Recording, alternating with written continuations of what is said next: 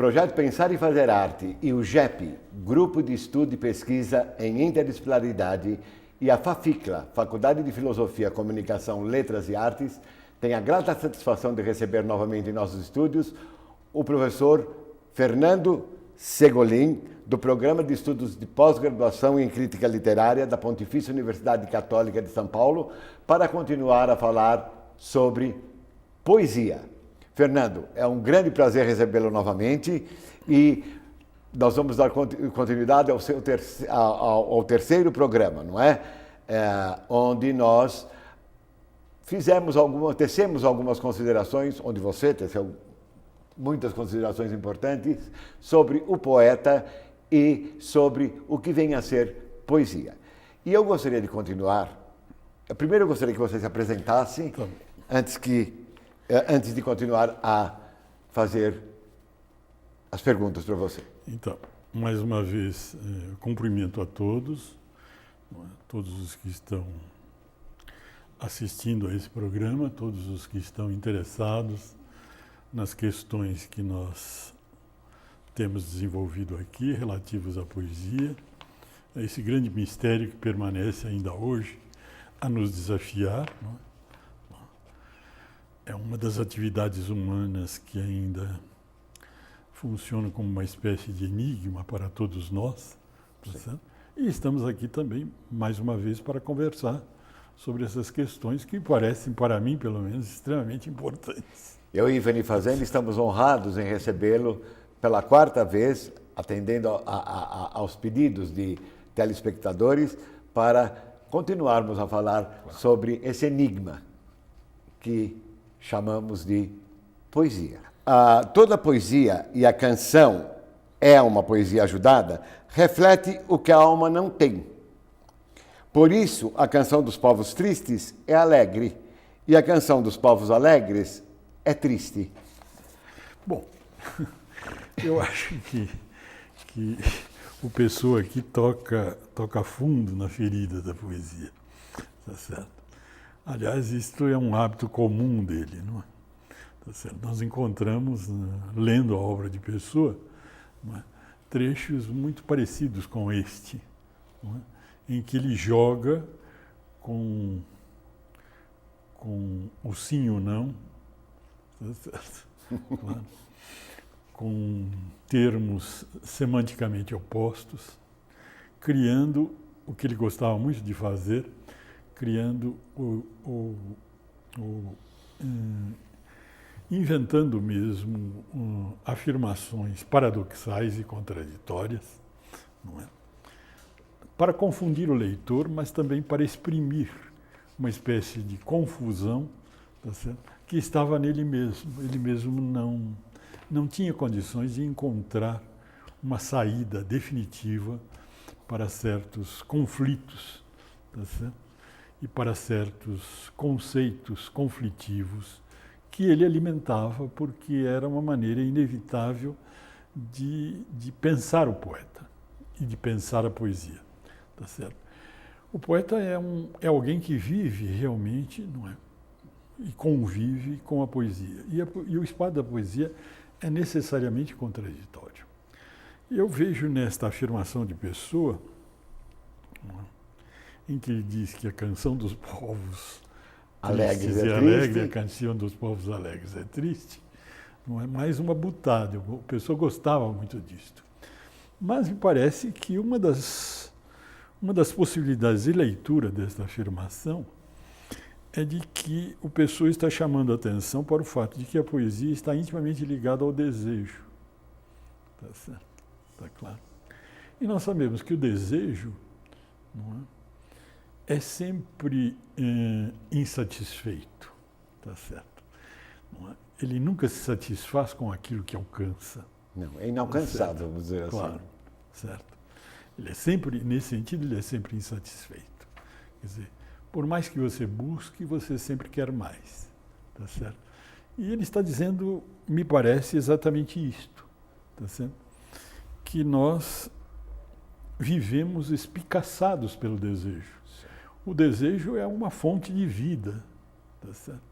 E a poesia é o lugar onde se exprime esse desejo sempre contínuo, sempre nos impulsionando para outro e outro e outro alvo, exatamente porque ele não se satisfaz com aquilo que tem. Aliás, o desejo quer dizer exatamente isto, não é? E essa talvez seja a mola que mova o poeta, insatisfação, né? Tá certo? De insatisfação. Quer dizer, essa mola talvez mova o poeta a produzir mais. Porque ele é aquele desejo inalcançável, vamos dizer assim. Exatamente. E me parece que é isso que ele está querendo dizer, que a poesia é um dos lugares onde o desejo se manifesta. Tá certo? Bom, claro. Bom. Desejo que a gente pode ligar ao sonho, não é? Desejo que a gente pode ligar ao amor, por exemplo. Sim. Mas não no sentido erótico, mas no sentido realmente de você, de o amor ser também insaciável, enquanto desejo. Enquanto desejo, sim. Claro. Tá certo. Além dessa pergunta sobre Fernando Pessoa, há outra aqui que eu gostaria de fazer para você. Precisar de dominar os outros é precisar dos outros. O chefe é um dependente. Conformar-se é submeter-se e vencer é conformar-se. Ser vencido. Por isso toda a história é uma grosseria. Os vencedores perdem sempre todas as qualidades de desalento com o presente que os levaram à luta que lhes deu a vitória. Ficam satisfeitos, e satisfeito só pode estar aquele que se conforma, que não tem a mentalidade de vencedor. Vence só quem nunca consegue. Essa é uma velha ideia do Pessoa também, e que tem relação com o que nós afirmamos anteriormente. Quer dizer, aqui novamente a questão do desejo está presente. Sim. Quer dizer, na verdade, o desejante, ele nunca vence, tá certo? Ou a sua verdadeira vitória é continuar buscando, o desejo. Tá certo?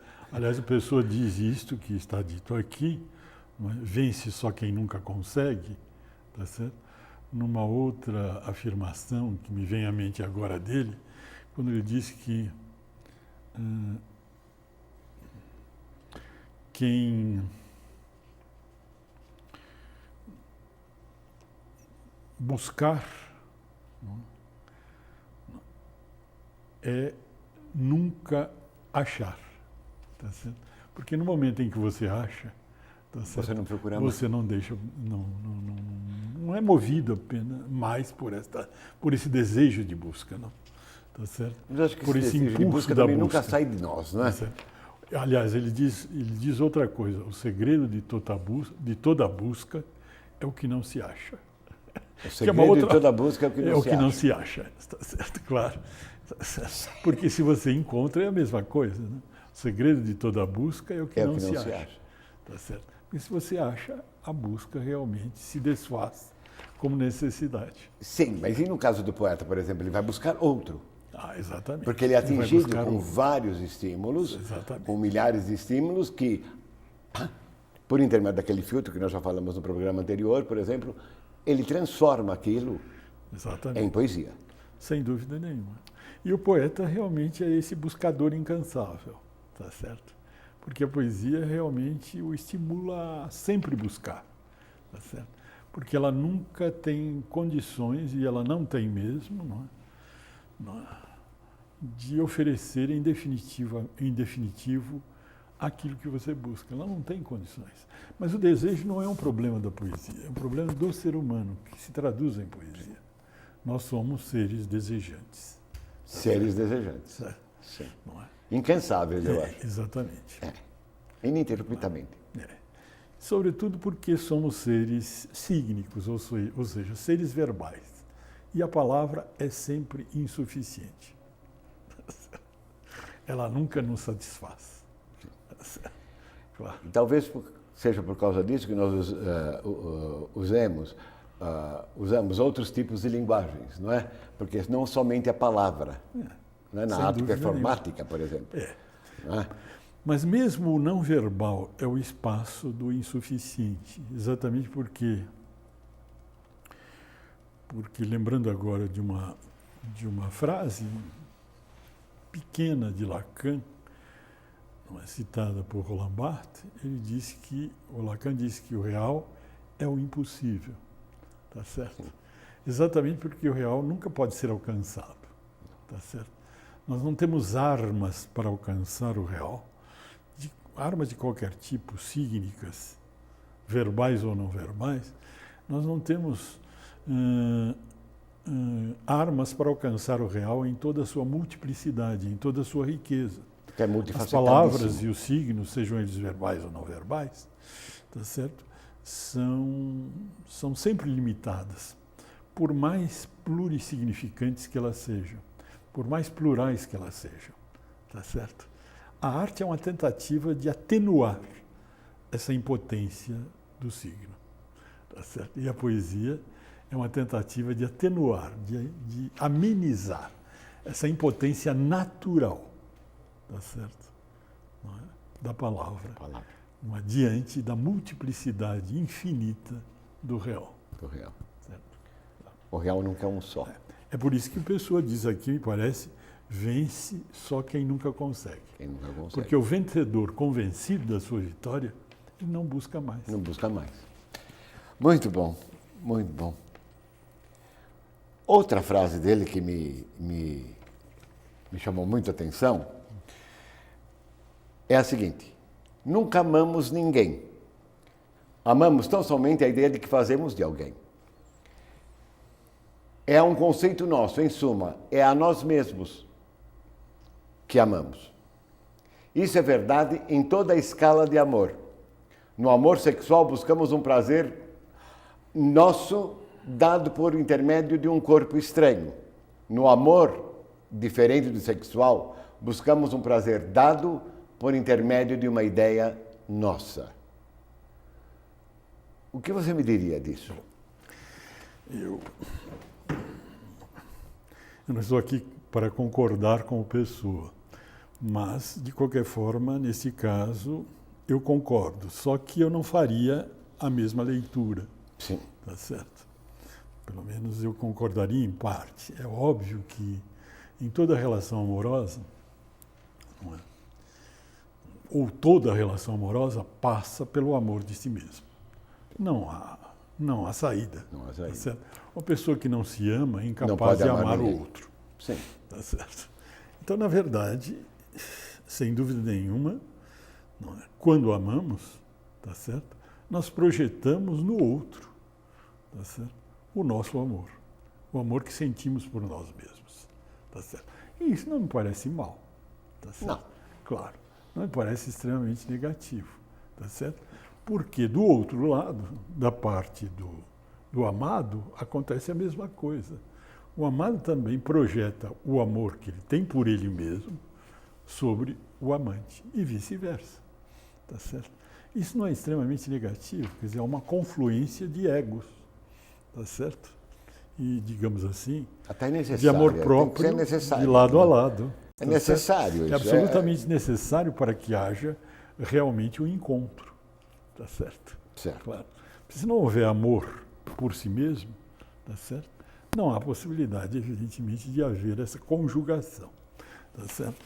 Agora, o Pessoa fala disto como se isto fosse negativo. Como se, no amor diferente do sexual, buscamos um prazer nosso dado por intermédio de uma ideia nossa. Quer dizer, como se o amor fosse alguma coisa só nossa, e que a gente transfere ou projeta no outro.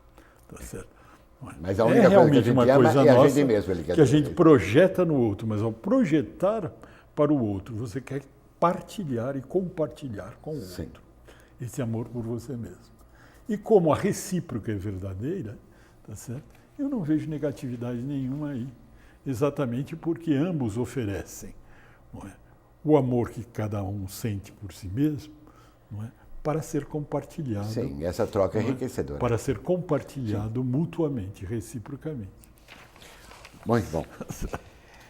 Outra frase, outro dizer, Pessoa: ler é sonhar pela mão de outrem. Ler mal e por alto é libertarmos-nos das mãos que nos conduz. A superficialidade na erudição é o melhor modo de ler bem e ser profundo. Esse é outro jogo É um contraditório. jogo fantástico. Esse jogo oximoresco, né? Esse jogo de opostos que o Pessoa gostaria e gosta muito de fazer, não apenas gostaria, porque ele realmente faz na sua obra. Esse jogo de opostos, não é? Embora seja extremamente típico dele, ele pode ser entendido, não é? E não é uma leitura só minha, é uma leitura baseada no que eu aprendi com Pessoa, não é? E no que eu penso também sobre a poesia, e eu aprendi também com ele muita coisa sobre isto, porque estudei Pessoa e li Pessoa e continuo lendo Pessoa praticamente a vida toda. Eu acho que o que ele está querendo dizer aqui é que essa leitura sem erudição, em que a erudição é superficial, tá certo? É que é a verdadeira leitura. Isso. Exatamente que a poesia não exige uma abordagem erudita, tá certo? Tá certo? A proposta da poesia não é uma proposta que desperta, tá certo, a minha erudição, tá certo? É uma proposta que desperta a minha sensorialidade e a minha sentimentalidade. Então quanto menos armado eu for para o texto poético, melhor eu o sentirei. Claro, mais impactante ele será para você. Claro, exatamente. E eu penetrarei de maneira mais profunda nele. Está certo? Isso a gente percebe em certos críticos, muito bem armados teoricamente, tá certo? E do ponto de vista da erudição, até grandes críticos acadêmicos, grandes nomes da academia, que se aproximam do poema com todas as armas de que eles dispõem e acabam matando o poema. Sim. Tá certo? Matando exatamente aquilo que ele tem de vital, que é a sua sensibilidade e a sua sensorialidade. É disso que o Pessoa está falando. E não se pode fazer isso, né? Isso é realmente um crime, né? Fala a verdade. Sem dúvida nenhuma. É quase que um crime fazer isso, porque é muita racionalidade em cima de um objeto que é... Concordo. Um objeto artístico, vamos dizer assim, que é pura sensibilidade. Não é? A leitura crítica até pode permitir isto, mas a leitura pura e simples de um poema, como ele diz aqui, ler é sonhar pela mão de outrem, tá certo? Esse tipo de leitura, não é, tem de ser, do ponto de vista da erudição e do conhecimento, absolutamente superficial. Porque senão você não sonha. Você se recusa a participar, não é, sensorialmente, em estado de sonho, com o poema. Ou no poema.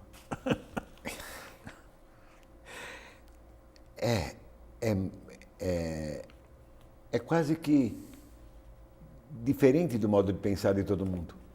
O que ele propõe. Claro. A poesia é um outro tipo de linguagem. Não é? É uma linguagem que apela realmente para o nosso corpo, para a nossa sensorialidade. Não é uma linguagem que não quer dizer, como muita gente já afirmou, tá certo? Não sou eu que faço essa afirmação. É uma linguagem que não quer dizer, mas quer ser. Ou seja, como é que é possível que um signo, não é, seja verbal ou não verbal, não é, ao invés de representar um objeto, não é, tá certo? Ele se coloca no lugar de uma ausência, tá certo? Porque para representar, ele só pode ocupar o espaço de uma ausência. Sim. Tá certo? Como é que um signo, que ele foi criado para isso, que naturalmente é o representante de um outro que não está presente, sim, tá certo? Pode, ao contrário, não representar, mas ser. Tá certo? Quer dizer, a poesia parte ou se baseia num grande impasse. Ela quer uma linguagem, tá certo? Uma linguagem, uma estranha linguagem, que não diga, mas seja. No instante em que eu digo porta, a porta aparece. Tá certo?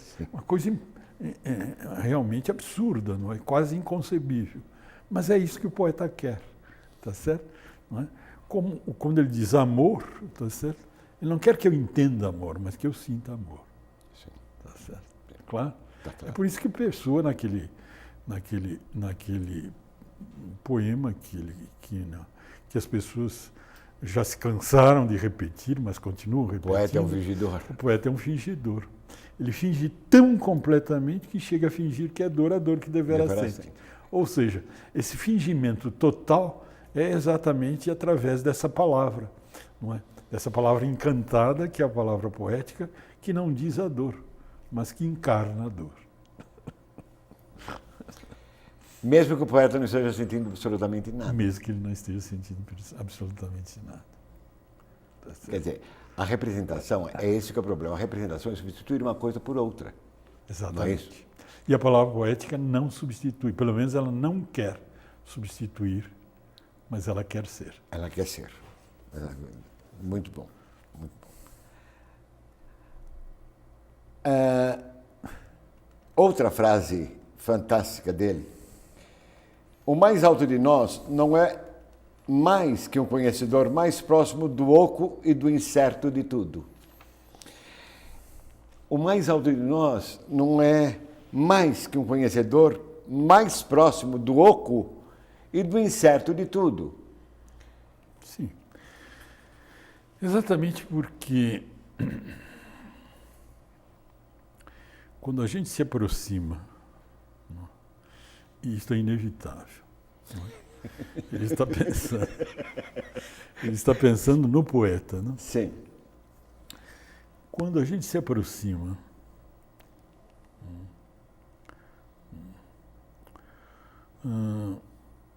do real com olhos de ver, tá certo? Tá certo? E não com o objetivo de simplesmente olhar, Ah, tá sim. certo? Mas quando a gente se aproxima do real com olhos de ver, aí a gente começa a perceber que ele tem uma série de intervalos, não é? De espaços intermédios, tá certo? Claro. Que a gente não percebe quando simplesmente enxerga, tá certo? Não é? A visão efetivamente do objeto me dá, não é, a sua incompletude, porque nós vivemos num mundo de imperfeição. De incertezas também. Claro. Incertezas, Imperfeições. E um mundo continuamente mutável. Sim. Tá certo? Continuamente em transformação. Tá certo? Não há fixidez de nada, embora a gente aspire a essa fixidez. Não é? A fixidez é do vencedor inconsciente. Como dizia o Bauman, Claro. Líquido. Né? Exatamente. Exatamente. Quer dizer, Então, conhecimento líquido, aquele exatamente. que se esvai, né? Exatamente. Que não tem permanência, que não tem onde segurar. Então, a fixidez é própria do vencedor inconsciente, de que a vitória não é importante. O que é importante é exatamente a luta, a busca. A busca. Exatamente. Pelo menos isso é que uma aquele verdade não incessante para nós. Aquele incessante procura que você falou. Porque então, o autoconhecedor é aquele que percebe que o que ele sabe é sempre muito pouco. Isto o Sócrates já dizia. Tá certo. Claro. O Sócrates já dizia isso, muito bem. Né? Claro. Tudo que sei é que nada sei. Tudo que sei é que nada sei. Exatamente. Porque sempre falta, sempre há alguma coisa por conhecer. Exatamente. Espero que todos aqueles alunos vestibulandos que nos estejam assistindo levem isso muito bem em consideração, porque ninguém está pronto, nem nós. Não nunca. Está. Nunca. E é por isso que precisa muita disciplina e muito estudo. E isso é que é fascinante. Não é? Porque isso que é fascinante, graças a Deus que é assim. Que seja assim. Porque se fôssemos prontos, já estivéssemos prontos... seria uma maravilha. Seríamos apenas, na minha opinião, não. Uma droga. Nós seríamos apenas uma multidão de robôs. Uma multidão de robôs. Sem aspirar a nada, sim. Satisfeitos com a nossa realidade de seres mecânicos. Estímulo e resposta. Estímulo com uma resposta. Exatamente. Não com uma... Mas, por outro lado, é o que a sociedade de hoje deseja de nós, que nós nos mecanizemos, nós nos nos automatizemos. E tanto é que a imbecilidade é tremenda hoje em dia. É isso mesmo. A imbecilidade está assim a qualquer... Exatamente. Você vê pelo número de celulares e de pessoas andando assim, com o celular entrando no elevador assim, olha, nem te olhando. Quer dizer, ou 4 sentados à mesa de um restaurante, com o celular assim, como se estivessem assim, uma reunião social, como nós dois estamos conversando, mas eles estão conversando com a máquina, porque eles se reúnem, não é nem corporeamente, entende? Eles estão em 4 presencialmente. Ah, não, por favor. É por isso que a poesia indisciplina. Exatamente porque ela é inquieta. Porque ela é inquieta. E não deixa você ficar sentado comodamente no seu sofá. Ela quer que você saia, que você vá em busca sempre, incansavelmente. Fernando, eu gostaria de agradecer novamente a sua presença no Pensar e Fazer Arte, em meu nome, em nome de Ivani Fazenda, e agradecer ao telespectador pela sua audiência. Muito obrigado.